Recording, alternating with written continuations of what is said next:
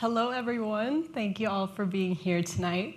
So I want everyone to take a trip down memory lane with me here. Back to middle school. Horrifying. I know. My middle school days were defined by my unhealthy obsession with One Direction.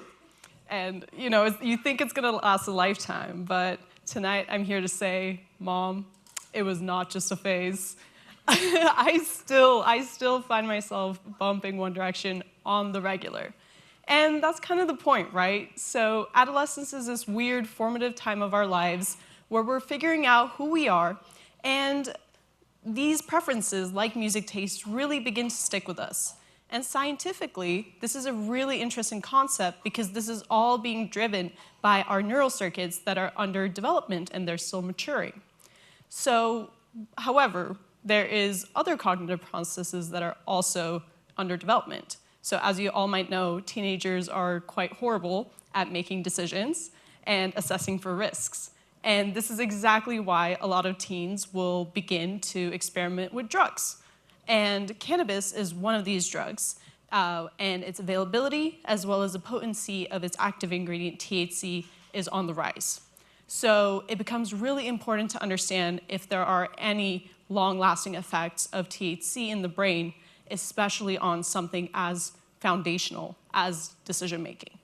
So asking these complicated questions becomes a little tricky in humans, and that's where my research comes in. So I am able to answer these questions in a controlled setting. I use rodent models, and I will give them behavioral tasks of decision-making. So I will literally watch my rats make decisions kind of like humans. They will look at both of their choices, kind of go towards one button, and then change their mind and press another one. It's so fascinating. And what we're starting to see is that these animals that were exposed to THC early on seem to be perceiving threats differently in these decision-making scenarios.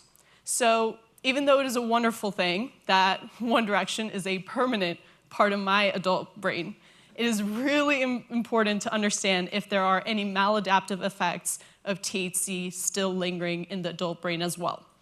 So with that, I would like to thank the friends, family, and colleagues of Jared Roberts for establishing this award and helping young scientists like myself.